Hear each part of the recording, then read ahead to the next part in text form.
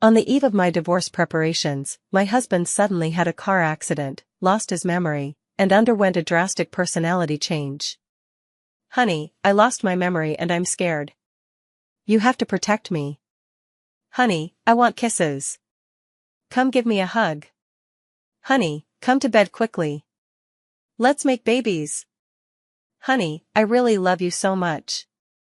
We're in a contractual marriage, commonly known as a marriage of convenience.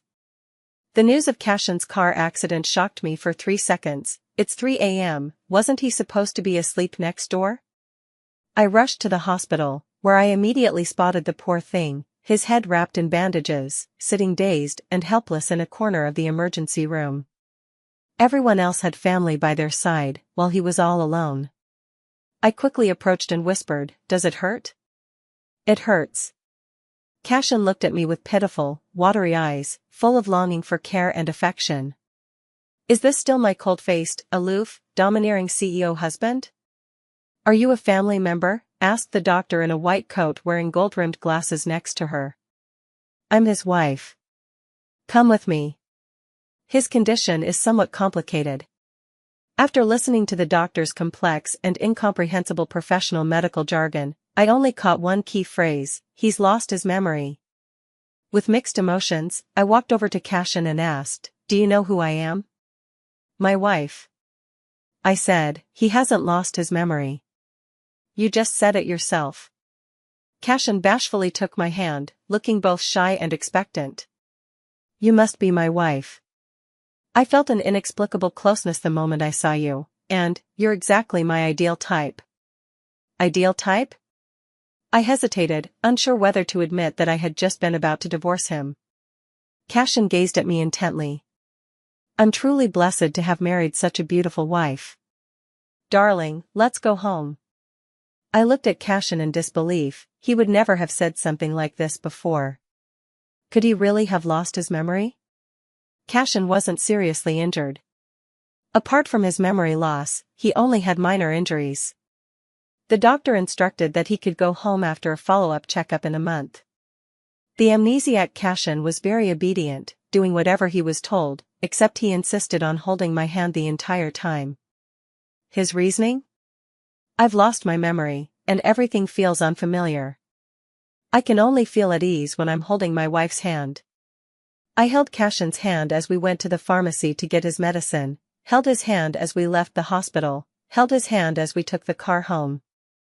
You can take a bath yourself. I yelled at Cashin, who was still being clingy after coming home. But the doctor said my wound shouldn't get wet. Your injury is on your head. Wife doesn't want to bathe me, does she dislike me now?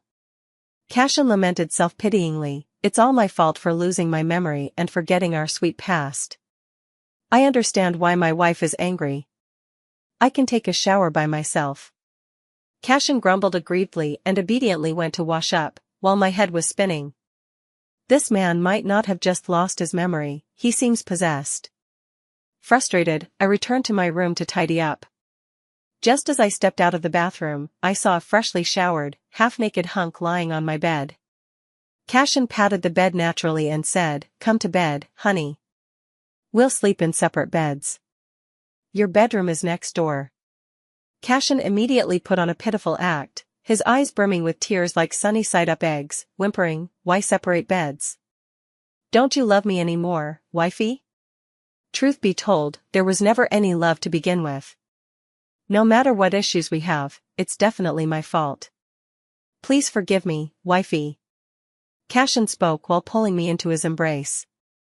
The intense masculine pheromones enveloped me as he lightly stroked my back, his fluffy head nuzzling against the crook of my neck like a spoiled child. Don't sleep in separate rooms, okay, baby? I was utterly disoriented by his tender affection. Though he had lost his memory, though he was absurdly handsome with those 8-pack abs, but, he called me baby. Seriously, who could resist the charms of a gorgeous man acting all spoiled? Moreover, isn't it perfectly natural for a husband and wife to sleep together? I adamantly refused to admit that I was seduced by Cashin's good looks and ended up weakly lying on the same bed with him. Cashin's broad hand rested on my waist, gradually drawing me closer. The next moment, His warm lips brushed against my cheek before tentatively moving toward my lips, as if cautiously seeking approval. I could clearly hear my heartbeat quickening, feeling my emotions sinking deeper. Raising a hand against his chest in protest, he instead took hold of it. "Good night, wife." Good night." Watching Cashin sleep contentedly beside me, my emotions were in turmoil. Should I tell him that ours is actually a marriage of convenience without any real feelings? I used to be the only child in the family until I wasn't. When I was 16, my father brought home another woman along with her son. That mother and son knew exactly how to please my father, so much so that within just 2 years, my father actually planned to let my stepbrother take over the company. I was already deeply resentful of my father remarrying, and now his decision felt like a knife to my heart. Mom is gone, and yet they dare to try and take away the company she and Dad built together. Absolutely not. To secure my inheritance of the company, I cut off all emotions and distractions, focusing solely on my studies and pushing myself to improve. I don't have many bargaining chips, except for the fact that I'm his biological daughter and that he feels guilty about Mom's death. But how long can blood ties and guilt sustain us? When I saw my father repeatedly affirming my stepbrother's position, even directly appointing him as the vice president, I knew that the man called father was finally going to abandon me. I confronted my father about it, but he said I'm a girl and will eventually marry. He claimed he's watched Vincent grow up and knows his character and abilities, insisting Vincent would take good care of me. He even said, as if it was the most natural thing in the world, "Weren't you two good friends before?" Hearing this made me furious. My biggest regret was ever becoming friends with Vincent. I couldn't bear the thought of the company falling into outsiders' hands, so I argued vehemently with my father.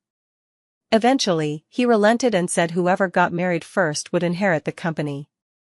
To secure the inheritance, I had no choice but to find a spouse as quickly as possible. My best friend Nova suggested finding someone from a comparable background. She said Vincent was ambitious like a wolf. If I married someone from an ordinary family, his mother, and he might try to manipulate or even sabotage me. It would be best to find someone who could support my career. I deeply felt her analysis made sense, so I entrusted her with the important task of finding a suitable blind date partner for me. Nova lived up to expectations and arranged a blind date for me the very next day. The first person I met was Cashin. Cashin was also under pressure from his family to get married, and since both our families held considerable influence in the city, our union would be nothing short of a powerful alliance. Looking at Cashin's handsome appearance and refined demeanor, I kept a calm expression, but my heart was fervently praising Nova. This Nova, she really has some tricks up her sleeve. I stated my request in a businesslike manner and calmly asked, "Will you marry me?" Cashin gazed at me with deep, inscrutable eyes. After a long pause, he finally said with certainty, "Yes." And just like that, Cashin and I got married on our very first meeting.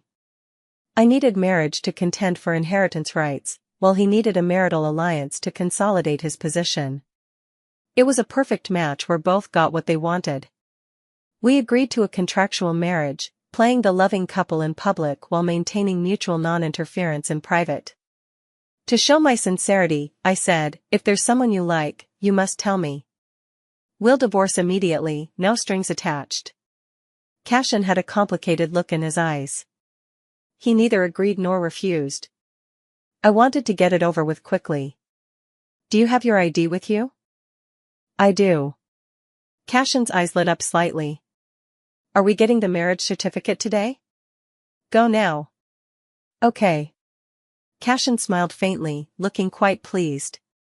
Why do I feel like he's more enthusiastic than I am? Anyway, everything went surprisingly smoothly. We met the same day, got married the same day, and I even brought him home that very day. My dad was immediately suspicious when he heard I got married. When he saw Cashin, he couldn't believe it either. When Cashin earnestly called him dad, he couldn't quite hide his mixed feelings, looking somewhat out of sorts.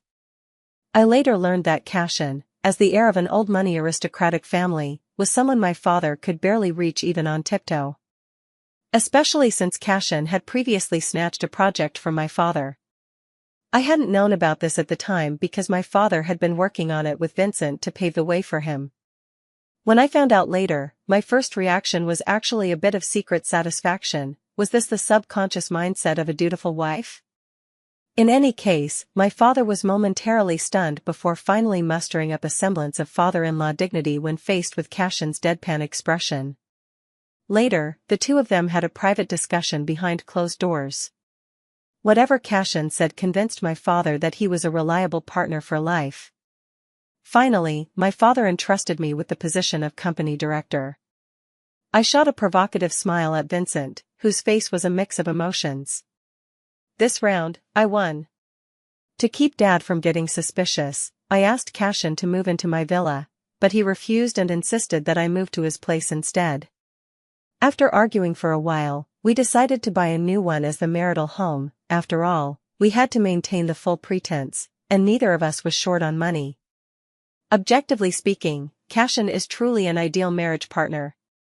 We are both highly career-driven individuals, not overly clingy with each other yet capable of supporting one another in certain situations.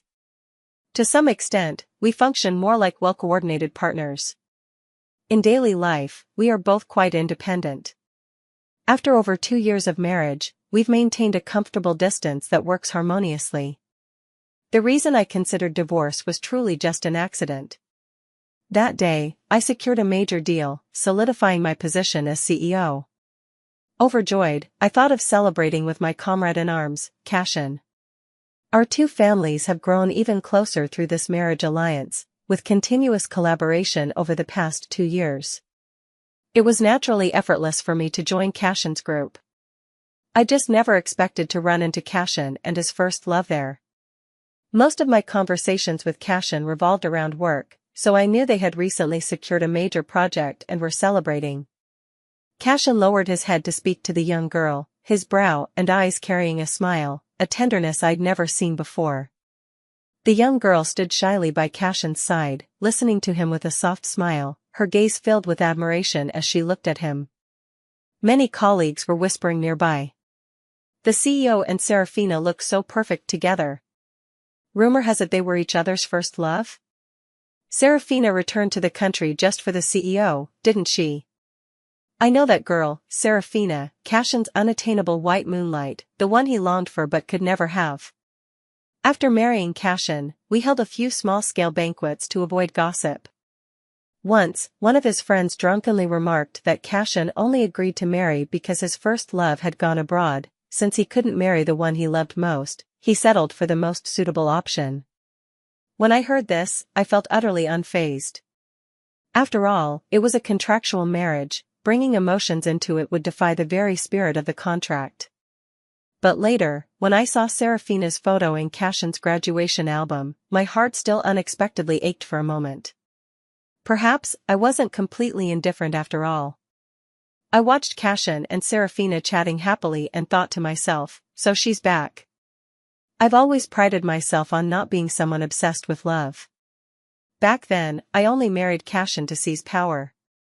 Now that my goal has been achieved, it's time to set him free and let the destined lovers be together. But Cashin. It's impossible to say I wasn't at least a little moved. Even though he always kept that cold, expressionless face around me, he was truly a great partner to work with. He always did his best to meet my demands, even secretly undermining Vincent. Especially, this man is really handsome, with flawless features and an incredible figure. Several times when I saw him come out of the shower wrapped in just a towel, I almost couldn't resist pouncing on him. After all, such a rare gem is hard to come by in this world. Ah, truly, the allure of men can be so distracting. However, as a driven, career-minded woman of the new generation, the first step to success is to cut off romantic entanglements. I quietly left, but the plan for divorce gradually took shape in my mind. Bad luck struck. Just as I reached the ground floor, I ran into an obnoxious guy. I tried to ignore him and walk away, but he clung to me like a persistent pest. Are you jealous? What's it to you? Aurora, do you really hate me this much?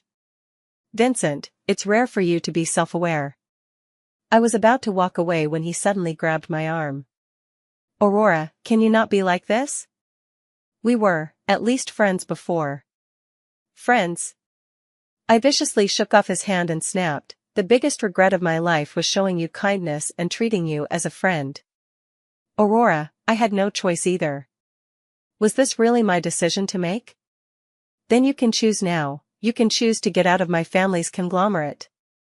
Do you have to be so aggressive? Vincent sighed. Whether you believe it or not, I never intended to compete with you for the family fortune. I sneered at Vincent's hypocritical face. You don't want it, but does your mother feel the same way? Vincent stared at me blankly, at a complete loss. I sneered disdainfully, you abandoned your original surname the very next day you came to my house. Do you even remember what your last name was? I noticed you called my dad Daddy with great delight. I gave him a disgusted glance and turned to leave, but he stubbornly grabbed me again, whispering coldly in my ear, mock me all you want, I deserve it. But you shouldn't have entered a contractual marriage with Cashin just to spite me. I stared at him, stunned. How did he know? Suddenly, it hit me, the office safe. You despicable scoundrel. Vincent ignored my furious insults, instead smiling as he reminded me, divorce him. Don't hold him back. I think he and that girl are a perfect match. I don't need your interference, I said defiantly, though secretly, his words stung a little. After all, he wasn't entirely wrong. I was lost in thought for a moment before a strong arm suddenly pulled me into an embrace. Cashin. Wasn't he upstairs celebrating with his white moonlight? Cashin's grip around my waist tightened as he declared possessively, even if you two are siblings, you're still not blood-related. My wife is a delicate woman, Vincent, you should be more mindful of your actions. I noticed that while Cashin was usually cold toward others, he held a special hostility toward Vincent. I used to secretly relish being united with an ally against a common foe, but now, my feelings were far more complicated. Vincent gave Cashin a disdainful glare. What are you, anyway? Just a contract husband. I clearly felt the arm around my waist tighten, even to the point of slight pain. Our contractual marriage was supposed to be a secret, no outsiders knew about it. Vincent shouting it out like this was truly unprincipled. Especially since this was Cashin's company, and making a scene would embarrass everyone. I wrapped my arms around Cashin's waist, leaning softly against him. Vincent, how my husband and I are is none of your business, you're just an outsider. I looked at Cashin and said gently, let's go home. Cashin gazed into my eyes and responded solemnly, okay. His dark eyes seemed turbulent, with emotions I couldn't decipher. Ignoring Vincent, we walked away hand in hand. After getting into the car, I felt unsettled. First, I learned Cashin's first love had returned to the country, and then Vincent exposed our contractual marriage. It was truly troublesome. Fortunately, the group and I already hold substantial power, so a divorce wouldn't affect me. Besides, Cashin has been very good to me these past 2 years, it wouldn't be right to hold him back. Let's get a divorce. Ah. As soon as I finished speaking, a sudden break jerked me forward, tightening my chest. Cashin also realized his lapse in composure and calmly said, sorry. The car started moving again. A heavy silence filled the interior. After a long while, he finally spoke slowly. If you're concerned about Vincent finding out about our arranged marriage, I can handle it. No. I just feel, it's time for us to get a divorce.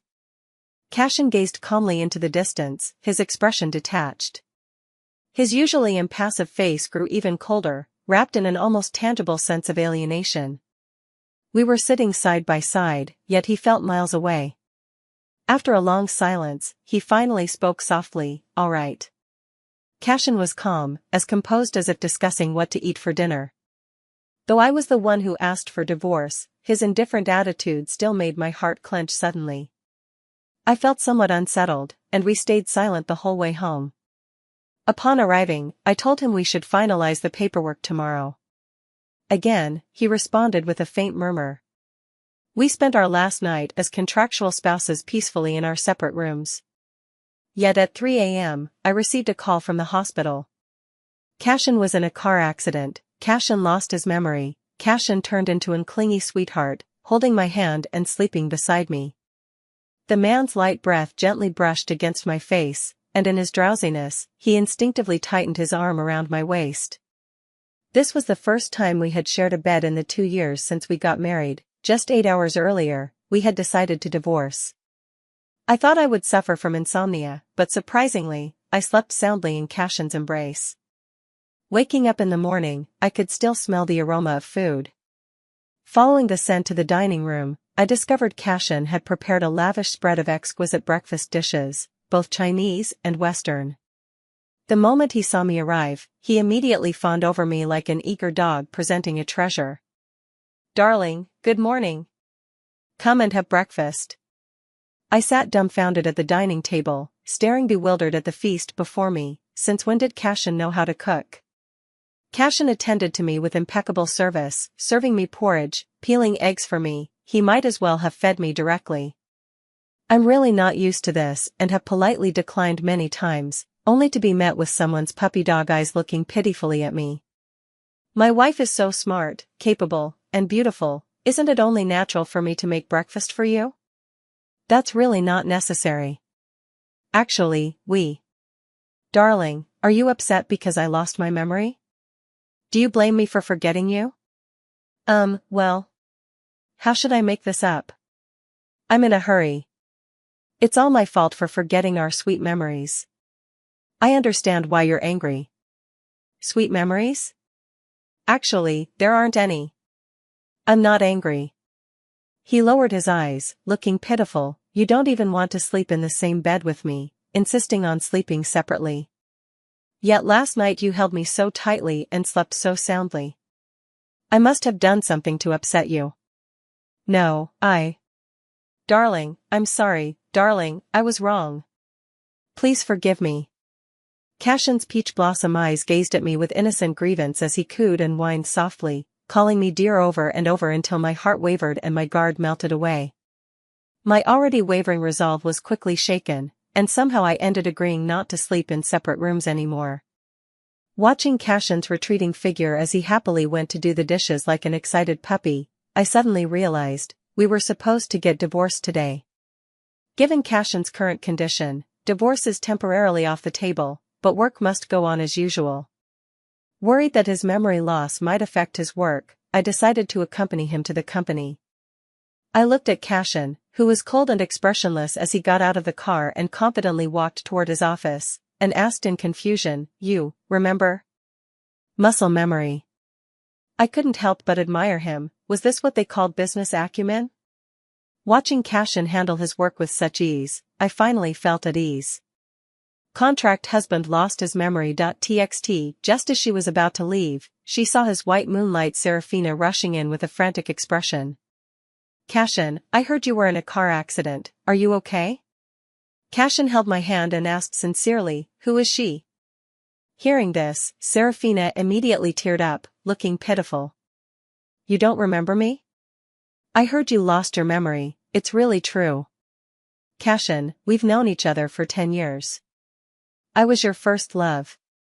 She gazed at Cashin with deep affection, and even as an onlooker, I found the scene utterly ridiculous. After all, Cashin's legitimate and lawful wife, was standing right there. And to call him so intimately. I was just about to counter when, coincidentally, my phone rang. It was a work call. I excused myself to Cashin and stepped out to answer it. When I returned, I saw Serafina crying weakly, saying, "Cashin, you've lost your memory. Do you not remember telling her you'd divorce her half a month ago? You also said we'd be together after the divorce. Have you forgotten all that?" I was shocked. Was this true? No wonder Cashin was so calm when I brought up divorce. "Is that so?" Cashin's voice was neutral, giving away no emotion. "Of course," Serafina declared righteously. "You said you only married her out of agreement, a mutual arrangement. There was never any real affection between you." Hearing this made me even more uneasy. "When we got married, we agreed to keep the contract confidential. How come now everyone seems to know about it?" Who told you that I married her under contract? Cashin's tone was icy, sending chills down one's spine. It was you. You told me so yourself. Oh, really? Hearing their conversation, I felt an inexplicable restlessness. As soon as I appeared, the two immediately stopped talking. I pretended not to know, said hello, and then turned to leave. But no sooner had I left than Serafina chased after me. Let's get divorced. He never loved you in the first place. What's the point of clinging to him like this? I can't stand being provoked by others. How intriguing. As his lawful wife, I'm entitled to half his assets, comfortable for life. You're despicable. Serafina snarled, closing in menacingly. I know yours is a marriage of convenience. If Cashin ever regains his memory. Name your price, I cut her off impatiently, skipping the nonsense. Ah? She was visibly taken aback. Can emotions be measured by money? 2 million. Aurora, don't go too far. 3 million. I know you're very wealthy, but I'm not that kind of person. 5 million, that's my final offer. Serafina was angered by my indifference. Aurora, do you really think you can buy Cashin's love with money?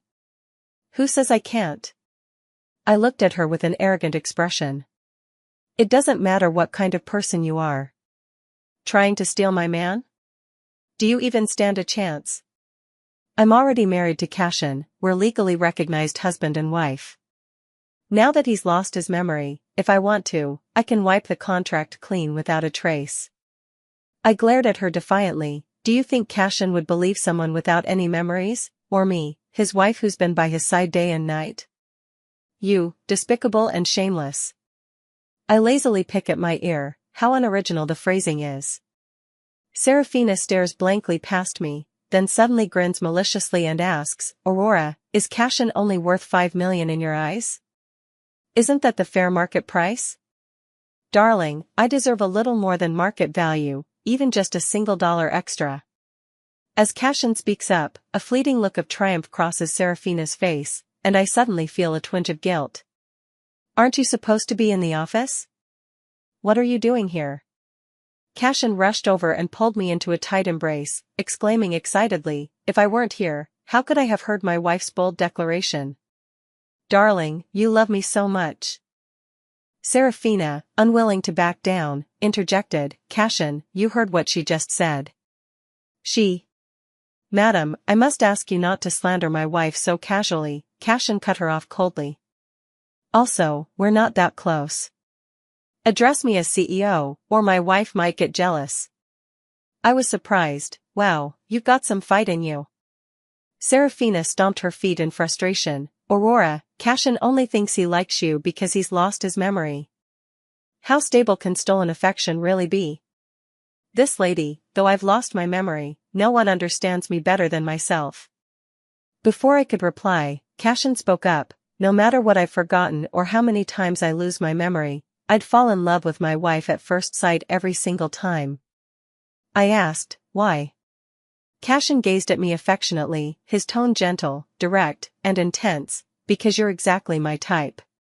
Cashin continued, the moment I saw you in the hospital, my heart raced. I couldn't resist wanting to kiss, hug, and sleep with you. Sweetheart, tonight I hurriedly covered his mouth. This guy might have lost his memory, but his craziness was still unpredictable. Cashin smiled, took my hand, and pressed a soft kiss to my fingers. It tickled a little, and my heart skipped a beat. Where's Serafina? Oh, she just ran away crying. I was completely thrown off by Cashin's sudden confession, and before I could process it, he'd already brought me back to his office. Watching Cashin immersed in his work, I found myself lost in thought. This man is truly handsome. Sweetheart, if you want to look at me, you can do so openly, it's perfectly legal. Who's looking at you? I lowered my head, my face burning with embarrassment. How weak-willed of me, falling for his charms again. Cashin sat beside me, wrapping his arms around me, and chuckled softly, my wife looks so adorable when she's shy. I glared at him. And so adorable when she's angry too. Good heavens, how did this guy become so smooth-talking after losing his memory? Was he always like this? Or have I simply never truly understood him? Is this his true nature unleashed? Cashin's face closed in on me, his lips touching mine with gentleness. I hastily pushed him away. What are you doing? We're in the office. What's wrong with the office? It's only natural for me to kiss my wife. Mind your image. What's wrong with my image? Office romance suits me just fine. After a wild tussle with Cashin, I ended up being pressed onto the sofa, kissed breathless with my heart racing.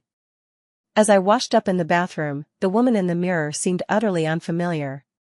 The reflection had watery eyes, flushed cheeks, moist lips, and an alluring charm. Is this me? Listening to the frantic pounding of my heart, I knew it was beating wildly for Cashin's passion. And just like that, I somehow spent an entire day in Cashin's office, forcing myself to work remotely.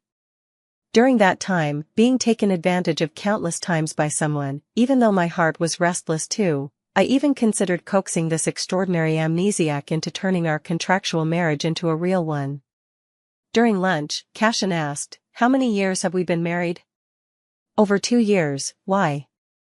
"It's been 2 years, why don't we have a child?" He seemed a bit conflicted. Is it my problem or yours? I awkwardly tugged at the corner of my mouth. After all, I don't possess the ability for asexual reproduction. Seeing my silence, Cashin solemnly took my hand and said earnestly, "Wife, it's fine if we don't have children. We can live our whole lives in a world of just the two of us." Cashin looked at me expectantly. Touching? Not really. It was clear this guy had misunderstood. I rolled my eyes at him and said through gritted teeth, "There's nothing wrong with me." "So, it's my problem." Cashin morphed into those puppy dog eyes again. "Wife, thank you for noting me. I'll be good to you for the rest of my life. Thank you for ruining my appetite." I thought this was just a minor episode, but little did I know Cashin agonized over it all afternoon and brought it up again when we went to bed at night. "Wife, maybe I should go to the hospital for another checkup. I think there's still hope for me." I hedged with vague words. "You should probably be fine. It's just not the right time yet. We haven't conceived yet." He suddenly held me tightly, his eyes filled with anticipation. "Then let's try again. I think I'm in great shape recently." Even though I'm slow when it comes to emotions, I knew exactly what he intended to do, and my face immediately flushed red. Although my refusal wasn't firm, although faintly I was somewhat expectant. While I was still tangled in hesitation, I felt a rough hand slide under the hem of my nightgown, making my skin tremble faintly wherever it touched. A dense rain of kisses fell upon me like a storm, and for a moment, I was lost. But at the brink of surrender, my career-driven mind kicked in. Would doing this count as a breach of contract? At the crucial moment, I hastily pressed his hand to stop him. "Let's just sleep. You just got out of the hospital and haven't fully recovered yet." Cashin's eyes turned pitiful. "Then after I recover, it's okay? Or after a month when the follow-up checkup shows no issues?" How was I supposed to respond to that? All I could do was mumble vaguely in reply.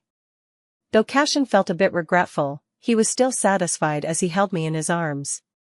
"Darling, I haven't heard you call me husband yet." In the darkness, he gazed at me with burning eyes, his gaze exceptionally bright. I called out somewhat awkwardly, "Husband." "Say it again." "Husband." "Hey." I couldn't quite see Cashin's expression, but I felt like he seemed very happy. My emotions were complicated. If he regained his memories, what would all this mean now? Half asleep in a daze, I heard someone whisper by my ear, "Wife, I like you so much." Though my heart was tangled in conflict, facing Cashin's pure, blazing affection, I kept falling for him again and again.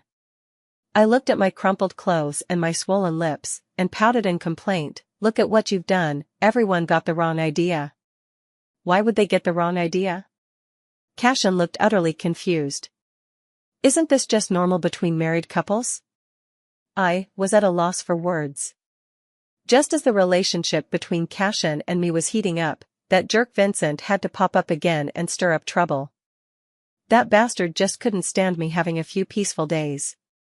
Vincent stole the contract from my office safe and placed it directly in front of Dad. Then both Cashin and I were called back home. The moment we stepped in, the atmosphere felt heavily oppressive. Dad asked, "Aren't you going to explain?" Ignoring Dad, I turned to Vincent and retorted, "Taking without asking is theft, Vincent. What fine upbringing you have, stealing from your own family." Vincent's face turned deathly pale, while her mother retorted sharply, "The group doesn't belong solely to you either. My son taking a contract, how can you call that stealing?" True enough, people like you who enjoy stealing from others' families would naturally feel shameless and even proud of it. Enough.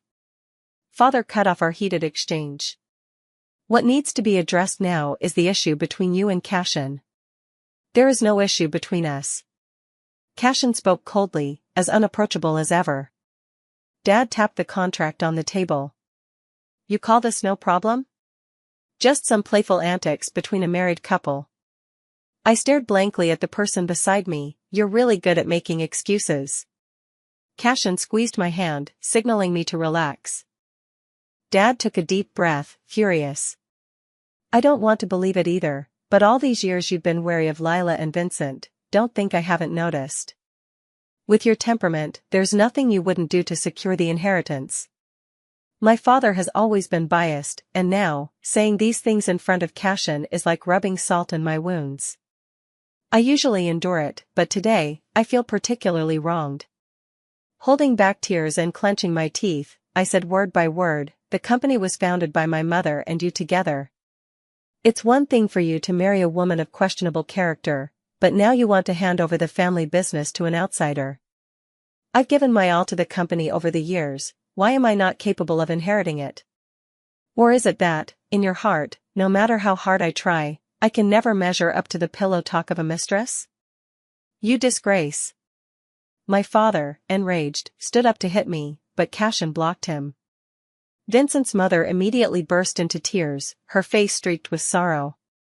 "It's true what they say, being a stepmother is never easy. No matter how much I sacrifice for this family, I'll always be treated as an outsider. Aurora, can't you bear to have us around? Must I kneel before you to satisfy you?" Note, Aurora and Vincent retained as proper nouns, translated idiomatically as face streaked with sorrow, emotional tone preserved. Furious, I blurted out, "If you want to be the other woman, you'll have to grovel on your knees." Vincent saw me being so aggressive and also felt sorry for his mother. "Aurora, don't go too far, watch your words. You unfilial daughter." My father snarled and tried to discipline me, but Cashin blocked him completely. Would my mother come back if I showed mercy with my words? I glanced at my father and that woman, sneering coldly, "Don't tell me you've forgotten, while you two were having an affair in the study, my mother was taking sleeping pills in the bedroom. Doesn't it shame you to live together in this house day after day?" Mentioning my mother, my father slumped onto the couch as if deflated. "I know, you resent me.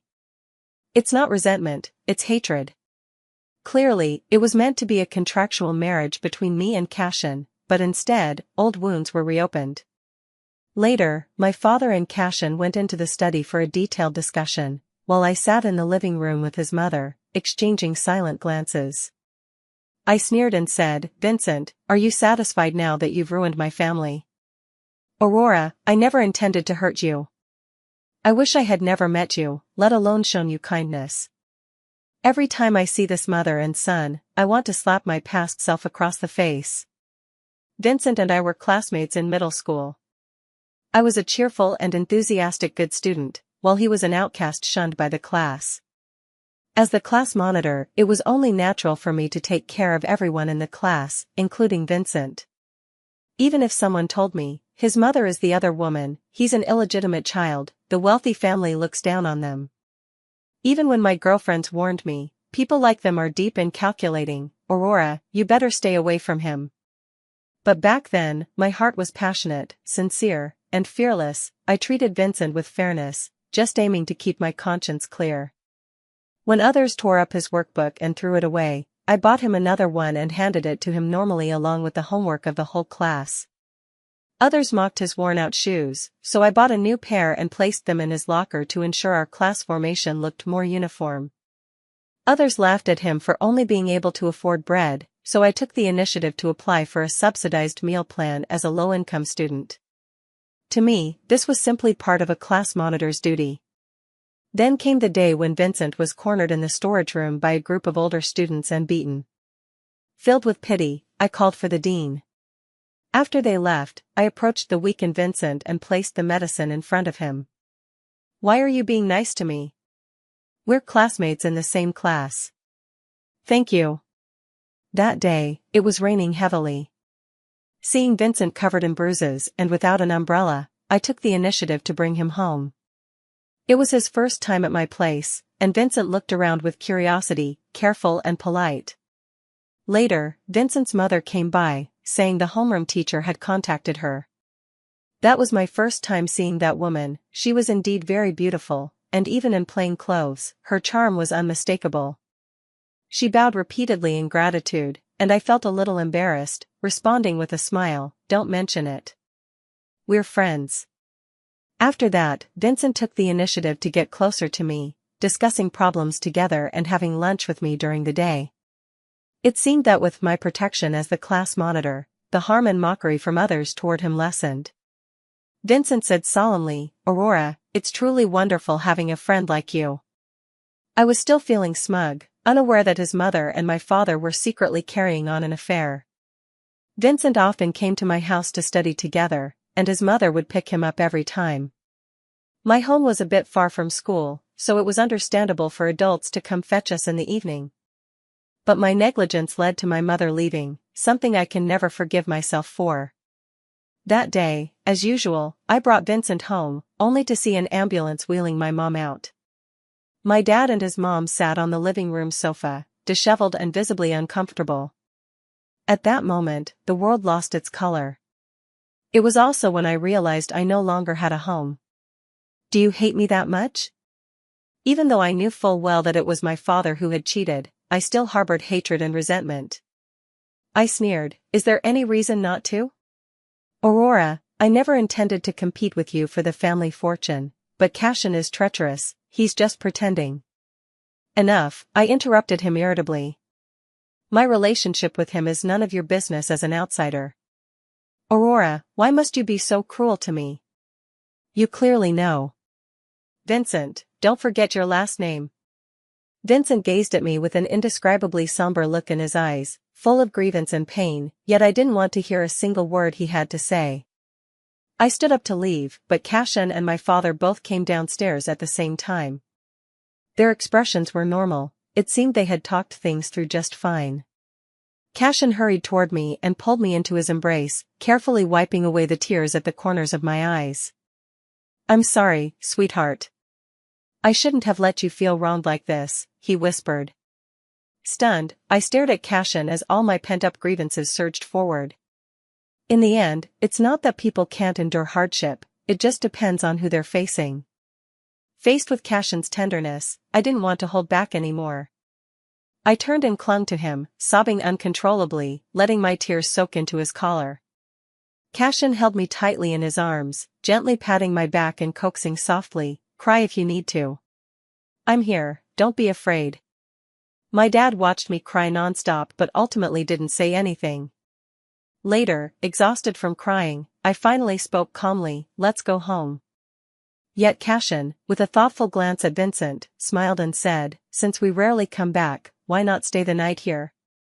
It was only later that I realized just how relentless an amnesiac Cashin could be. I told him the walls were thin at home, and I reminded him that Vincent was right next door, but he stubbornly persisted, whispering sweet nothings in my ear. "Darling, I've already made a pledge to Dad." "What?" "Our marriage was never a contract, we have always been a loving couple, and what else? I always feel like there's something big coming next. And, next year, let him hold his grandchild." The rest of the words were all swallowed by Cashin's kiss. Although Cashin and I had been married for 2 years, this was the first time I realized he could be so fierce. Without restraint, insatiable, gripping my waist and exhausting me until the early hours of the morning. Oh my goodness, who can understand? I just cried this afternoon, and now I'm crying again in bed at night. When I woke up the next day, it was already noon. My back ached all over, and I could only curse silently. Cashin is such a bastard. As soon as I finished getting ready and stepped out, I heard Vincent say angrily, I will definitely expose your true colors, you despicable and shameless hypocrite. Cashin sneered dismissively, clearly not taking him seriously. I calmly walked out and took a sip from the remaining water in front of Cashin. Let's go. I don't want to see annoying people ruining my appetite. Okay, honey. Cashin obediently stood up and naturally took my bag. Vincent protested indignantly, he's been ambiguous with that Serafina, how can you not mind? Suddenly remembering something, I demanded coldly, you didn't just tell my father about us, you even told Serafina. Vincent's eyes darted around evasively, and everything was left unsaid. I rolled my eyes. How despicable. I just don't want you to be deceived by him. I ignored him completely, affectionately linking arms with Cashin and deliberately standing on tiptoe to kiss his cheek. I'm happy to be deceived by him. Vincent stormed off after I angered him, and I instantly felt refreshed and my mood brightened. Free from the constraints of the contractual marriage and without the interference of Vincent or Serafina, my relationship with Cashin skyrocketed like a rocket. I finally realized how interesting this person actually is. I had been deceived by his stereotypical image all along. He may appear cold on the surface, but deep down, he's full of sarcastic remarks. He said, every time I put on a stern face, those old folks don't dare to nag anymore. He also loved gaming. Aside from being infatuated with intimacy, he was dedicated to taking me into games, never minding how poor I was at it. I suspect he wanted the experience of teaching me, but unfortunately, I wasn't a good student. He also enjoyed traveling, often driving me out for weekend camping trips, pointing out the starry sky with great expertise. Watching Cashin talk so eloquently filled me with envy. Once, I was a happy child too. But ever since they came into our home, I was only focused on competing with Vincent, losing myself in the process without realizing it. Cashin held my face gently with tender care and vowed solemnly, if you've lost yourself, I'll help you find every piece back. In the future, we'll experience countless joys together. In response, all I could offer was an urgent kiss. It wasn't until the hospital called to remind me that day that I remembered to pick up his follow-up report. Thinking about the energetic man who pestered me with affection every night, I smiled self-deprecatingly. He was probably a little too healthy. But no matter how much I complained, I still obediently drove to the hospital. Following the staff's directions, I found the office of the bespectacled doctor from last time. Just as I was about to knock, I heard Cashin's voice. Can you just cover for me a little longer? I'm a doctor, not a con artist. You're really throwing your old classmate under the bus. How can you call it a trap? You're the ultimate wingman boosting our relationship. Helping create a perfect marriage like this is just accumulating good karma for yourself. You can have this blessing if you want it. The doctor sighed helplessly. If your wife finds out you're not better and just switches you to another doctor, the truth will come out immediately. By then, it'll be too late to cry to me. Just give me a little more time, I need to figure out how to regain my memory naturally. So Cashin wasn't actually amnesiac, turns out he and that doctor were classmates, and they conspired to fake amnesia to trick me. Angry? A little. But how angry? Actually, not that much. Recalling our time together over these days, something suddenly clicked in my mind. I took a deep breath and pushed the door open forcefully. The two people in the room were caught off guard, their faces turning a mix of pale and red, quite a spectacle to behold. Wife, how did you get here? I came to pick up your medical report. I guess, it's no longer necessary. Quite the capable one, aren't you, Cashin? Honey, let me explain. The doctor classmate was quick on the uptake and immediately stood up, flustered, saying, Oh, I still have rounds to make. Without hesitation, she abandoned Cashin and fled with her shield, even thoughtfully closing the door behind her to give us space. I crossed my arms and sat back in the chair. All right, explain then. Like a cold and aloof queen, I stood while Cashin was at a loss in front of me. After a long while, he finally sighed in resignation. I had no choice either. You're about to divorce me. So you deliberately got into a car accident just to scare me. The accident was real, it was an accident. But when I woke up, my mind was in a haze. That's when I got the idea. I looked at his little expression, completely speechless. Sounds like you're quite proud of it. Losing your memory is better than losing your wife, right? That actually made a lot of sense. What else are you hiding from me? Spit it all out. And the blind date with you was also arranged by me. What? I leapt up from my chair. This bastard had been hiding so deep? Who told you to forget about me? Why is he acting all aggrieved now? It turns out Cashin and I also went to the same middle school, but he was 2 grades above me. Rumor has it he fell in love with me at first sight and even wrote me love letters back then, but I'm too outstanding, receiving so many love letters that I just packed them all up and handed them over to Nova to deal with. Later, I went through family troubles and became rather withdrawn. Cashin, however, kept quietly watching over me, using Nova to send me chocolates, milk tea, and flowers.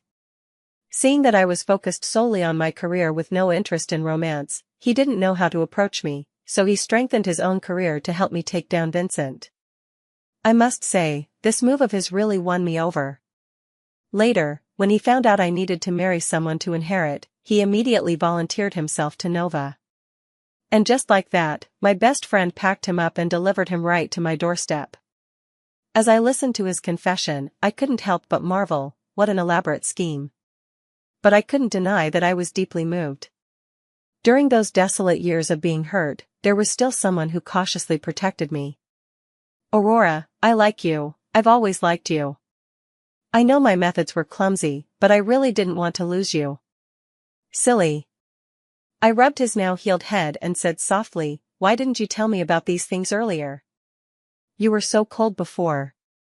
I'm not being cold, I'm just afraid I might give myself away. Every time I get close to you, all I want is to kiss you, hold you, and make babies with you. I kept restraining myself because I was scared my true nature would scare you off. OMG, you didn't have to be so blunt. I let out a speechless laugh, saying, so, the real you is the one after losing your memory? Cashin responded somewhat shyly, you could say that. Then how much longer do you plan to stay amnesic? I'll stay amnesiac for as long as my wife wants me to be. I pretended to ponder, I quite like this version of Cashin with amnesia. Then I'll happily lose my memory forever for you. I took his hand.